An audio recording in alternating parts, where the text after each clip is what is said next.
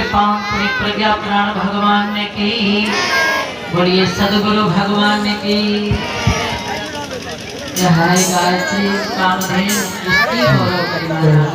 बताए भने। हाँ बैठा दूंगा गायत्री मंत्र ये सब बटमा का मोबाइल दे दो जा। ए बेटा ले जा दिया फोन उन करे कोई जा। बीच में उठा पटक काहे करते हैं? जा जा दिया आराम से दे दियो।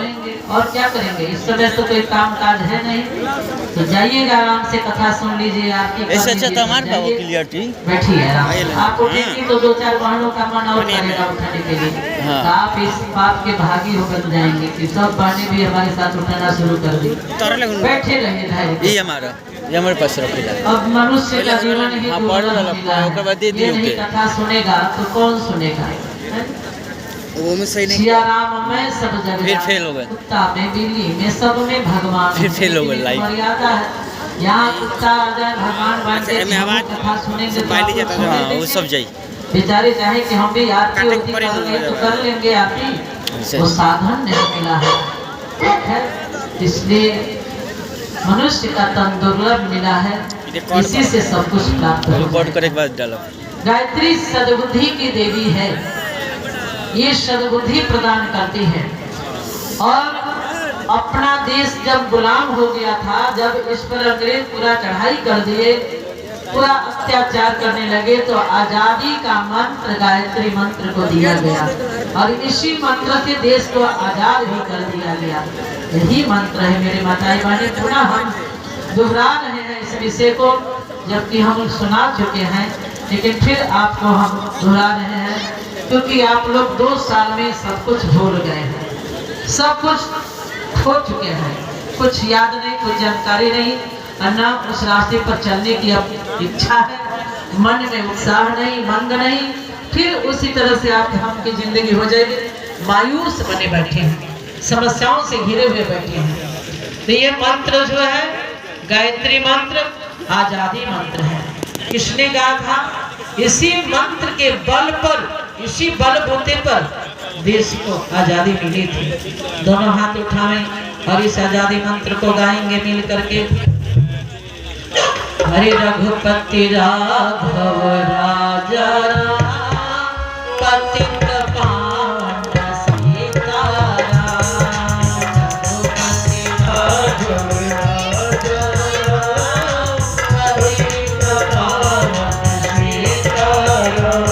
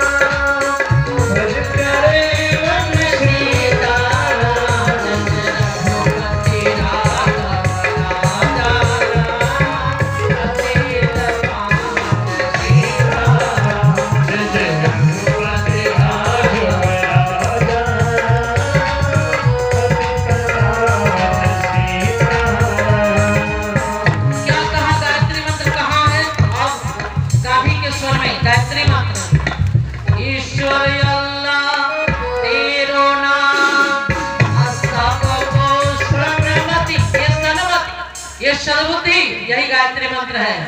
ईश्वर अल्लाह तेरो नाम सबको सन्मति दे भगवान। ईश्वर अल्लाह तेरो नाम सबको सन्मति दे भगवान। जैसे रघुपति राघव राजा पतित पावन सीताराम। जैसे रघुपति राघव राजा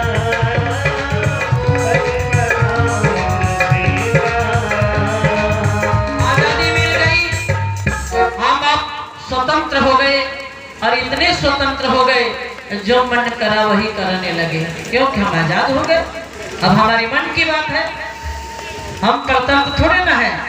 जब अपने मन की करते करते जब घर में जीवन में कुछ समस्याएं आने लगी, संकट आने लगा, तो किसी विद्वान ब्राह्मण के पास जाते हैं, कहते हैं कि हे प्रभु, आपके अंदर विद्वता है, आप हमारे समस्या का समाधान करें, क्योंकि आप साधक हैं उच्च कोटि के। आप बताएं ऐसी ऐसी समस्याएं हैं, कैसे टलेंगी। अब ब्राह्मण देवता कहे कि बड़ा मंत्र है गायत्री मंत्र, कैसे दे, किस ढंग से दे, पढ़ी लिखी नहीं है, मंत्र का हमने क्लास भी नहीं करवाया है, तो कैसे मंत्र जप करेंगे। तो मंत्र के जप करने वाले साधक का नाम स्मरण करा देते हैं। जो मंत्र का रूप है, जो प्रतिमूर्ति है, उसी के नाम का स्मरण करा देते हैं। कौन है? तो भगवान, भाई मानो हनुमान जी जब जन्म लेते हैं, जब आते हैं तो उन्हें भूख लगी, व्याकुल हो गए, और उन्होंने क्या किया, फल समझ करके सूर्य को लिल्योताहि मधुर फल जानो, लिल्योताहि, पूरी गायत्री की मूर्ति है हनुमान, गायत्री मैं है, सूर्य को ही निकल गया। सूर्य की शक्ति का नाम ही गायत्री है, और गायत्री का देवता ही सूर्य है। सूर्य को ही आत्मसात कर लेते हैं हनुमान, और गायत्री मैं हो जाते हैं। ऐ दुनिया वालों कहते हैं कि मेरा दुर्भाग्य था, मैं अभागा था, कर्महीन था, मेरा नाम था इतना सुंदर, लेकिन लोगों ने क्या कहा, मेरे कर्म को पहचाना नहीं, मेरे स्वभाव को नहीं पहचाना, और क्या कहा कि प्राप्त ले जो नाम हमारा, अब तेहि दिन ताहि न मिले आहारा। ऐसा मेरा नाम था, मेरे नाम का स्मरण कोई नहीं करता था, मैं अभागा था। लेकिन कब से गायत्री में जब से हो गया, तब से हमारी प्रशंसा होने लगी। कैसे होने लगी?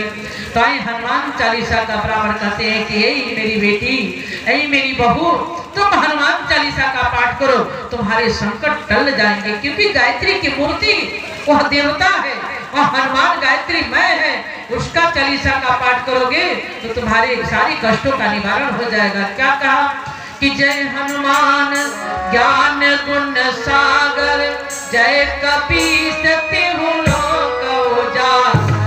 जय हनुमान ज्ञान गुण सागर, जय कपीस तिहु लोक उजागर।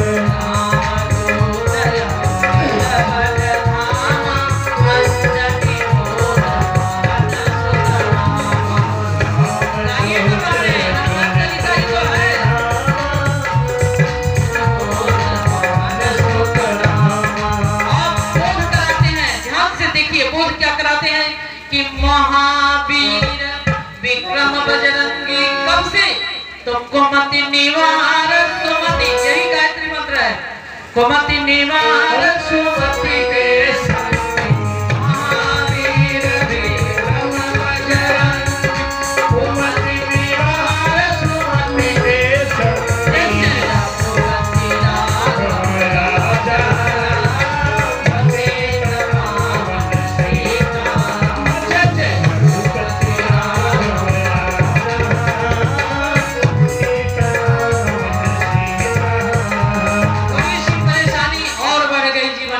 गृहस्थों के जीवन में परेशानी बढ़ी, क्योंकि स्वतंत्र हो गया, देश आजाद हो गया, अपने मन की होने लगी।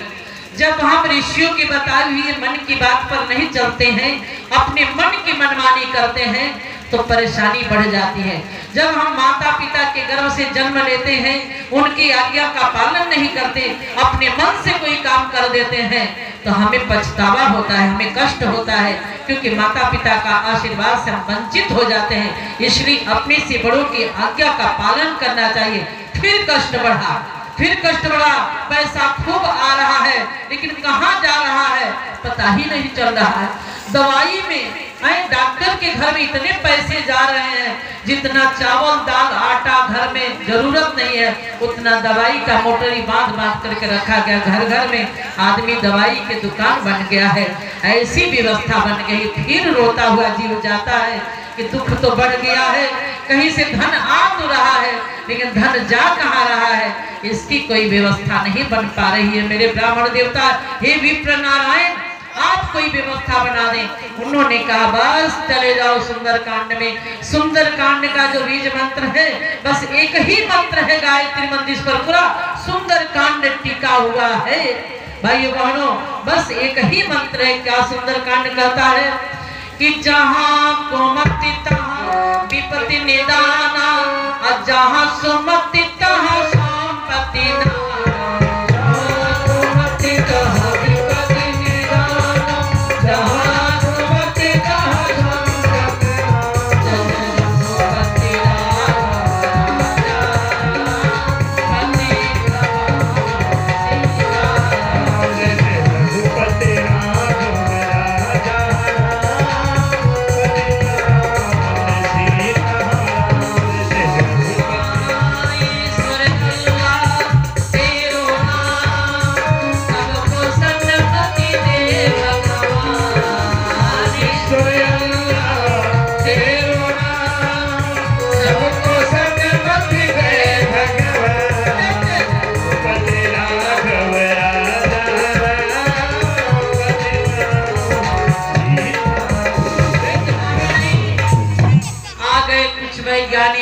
विज्ञान का युग है। तर्क करने वाले बच्चे पढ़ाई पढ़ रहे हैं, दिन रात कंप्यूटर विज्ञान साइंस पढ़ रहे हैं। ये तर्क करते हैं कि पूजा क्या होता है, हम लोग क्यों सूर्य भगवान को अर्घ दें हैं?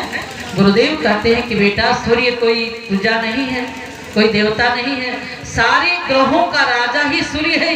किसी के जीवन में शनि की सरसाती हो जाती है तो किसी को राहु ग्रास बनाता है, किसी पर केतु हावी हो जाता है तो किसी पर मंगल का, ऐसे ऐसे नाना प्रकार के ग्रह दशा लोगों को परेशान करते हैं। लेकिन हम डायरेक्ट चले जाए प्रधानमंत्री के पास तो नीचे के पद प्रतिष्ठा वाले क्या करेंगे, सब उसके नीचे ही हैं, ये कुछ नहीं बिगाड़ पाएंगे। इसलिए डायरेक्ट चले जाए, सारे ग्रहों का राजा ये सविता है, ये सूर्य है, सबसे बड़ा है, इसके शरण में जाएंगे तो हमारा कल्याण हो जाएगा। अब वैज्ञानिकों ने आकर के आचार्य जी से प्रश्न किया कि आखिर ये मंत्र क्यों जपवा रहे हैं, इसमें कौन सी शक्ति है? तो वैज्ञानिकों ने भी हार मानी कि हमसे भी बड़ा वैज्ञानिक आचार्य जी हैं, इनके अंदर विज्ञान कूट कूट के भरा पड़ा हुआ है। ये संत नहीं है, साधु नहीं है, महात्मा नहीं है, ये तो एक बहुत उच्च कोटि के वैज्ञानिक भी हैं। और उन्होंने शोध करके बता दिया, भाई बहनों मशीन को लगा दिया और लगा करके कहा कि बोलो सूर्य जैसे उदय होता है, लालिमा लेकर के वहीं पर यंत्र को खड़ा कर दिया गया। भाई बहन जब जाएंगे शांति कुंज पता चल जाएगा, 2 किलोमीटर दूरी पर ही पास ही में ब्रह्मवर्चस्व शोध संस्थान बना हुआ है, जहाँ पर एक शीशे के कमरे में पैक करके वैज्ञानिकों ने यज्ञ पर पहले रिसर्च किया, यज्ञ से कितनी कितनी शक्तियां निकल रही हैं, इसका सब रिसर्च करके देखा गया। तो कहीं कि यंत्र को लगाओ सामने से और बोलो, और जैसे राम बोले तो ये जीवन में शरीर के नीचे, भाई बहनों पैर के तलवे के नीचे से घुटने के बीच में 2 बल्ब जले, प्रकाश करके चमकने लगे। उन्होंने कहा ठीक है आगे बढ़ो, 5 अक्षर का प्रयोग किया, 5 अक्षरी ओम नमः शिवाय, ऐसे मंत्र बोले तो नीचे से शुरू हो गया जलना, बल्ब जलने लगा। कहे कि 11 अक्षर का मंत्र बोलो, ओम नमो भगवते वासुदेवाय, ऐसे मंत्र बोले, धीरे धीरे बल्ब का प्रकाश होने लगा। लेकिन जब वैज्ञानिक कहता है गायत्री मंत्र बोलने लगा तो मशीन पूरा प्रकाशित हो जाता है, पूरी बॉडी में एड़ी से चोटी से लेकर के मूलाधार चक्र से लेकर के सहस्रार सुषुम्ना तक पूरी बल्ब ही जल जाते हैं, शरीर प्रकाशित होने लगता है। और वह सूर्य की ऊर्जा कैसे शरीर को प्रभावित करती है यह वैज्ञानिक देख रहा है, और देख करके वहीं पर चरणों में जा करके साष्टांग प्रणाम करता है और कहता है क्या कि हे आचार्य पंडित जी, आप कोई साधारण मानव नहीं है, आपको समझना बड़ा कठिन है। आज हम लोगों ने जाना कि आप कितने बड़े मन मस्तिष्क के भरे पड़े हुए हैं। और वैज्ञानिकों ने क्या कहा कि ग्रह नक्षत्र ब्रह्मांड घनेरे सब गतिवान तुम्हारे फेरे, ग्रह नक्षत्र ब्रह्मांड घनेरे सब गतिवान तुम्हारे फेरे, रघुपति राघव राजा अजीत राम सीताराम, रघुपति राघव